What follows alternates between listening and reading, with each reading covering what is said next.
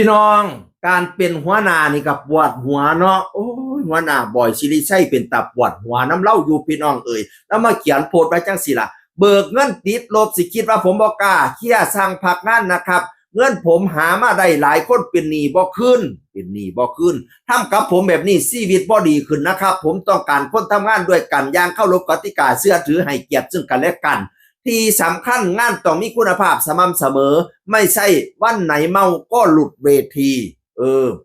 พวกที่เบิกเงินไปหลายๆนะเป็นหนี้แล้วก็บ่จ่ายแล้วเฮ็ดงานกันเฮ็ดแน่บ่เฮ็ดแน่มือไรเมาก็หลุดเวทีพะนะว่าเฮ้ยสร้างเป็นแท้เป็นหนี้ผมอย่าเข้าใจว่าผมบ่กล้าสั่งพักงานเด้อว่าซั่น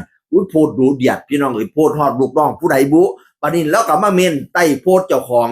ถ้าดีต้องดีอย่างสม่ำเสมอผมให้เกียรติทุกคนมีปัญหาผมเรียกคุยก่อนแต่เมื่อถึงเวลาต้องยอมรับเรื่องนี้เงินที่เบิกผมเคยยกให้หลายคนครับกรณีลักษณะแบบเนี้ยแต่เห็นชีวิตของเขาแต่ละคนที่ทำกับผมแบบนี้บ่ดีขึ้นหรืออาจสิแย่ลงด้วยซ้ำเอาเงินเขาไปบ่ดีขึ้นหรอกพี่น้องฉะนั้นคิดว่าเบิกเงินเยอะแล้วผมสิบ่กล้าไล่ออกมันบ่แม่นเหตุผลเงินผม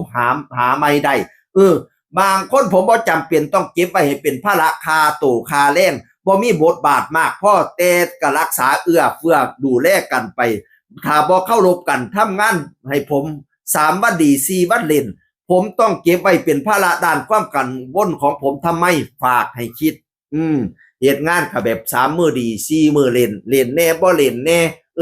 มื้อนึงเจ็บหัวมื้อนึงปวดท้องผมสิเก็บไว้เป็นภาระให้ผมเฮ็ดหยังเก็บไว้เป็นภาระด้านค่าแรงค่าโตเฮ็ดหยังเบิกเงินไปนั่นอย่าเข้าใจว่าผมบ่กล้าสร้างพักงานมันบ่ใช่ปัญหาเงินผมหาไม่ได้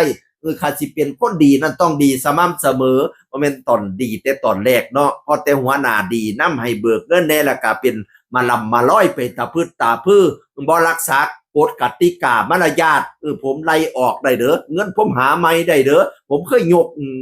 นี่ให้หลายผู้หลายวิวหลายคนแล้วกรณีแบบเนี่ยว่าซั่นว่านั่นน่ะเป็นหัวหน้านี่ครับวอดหัวเนาะลูกน้องลางคนก็เบิกเอาเบิกบ่คิดเบิกแล้วก็บ่ใส่พร้อมเบิกไปหน้าตาพืชเฮ็ดงานก็บ่สมค่าจ้างค่าแรงงานเขาบ่คิดตอนไปเบิกเงินเขาอันนี้ก็ได้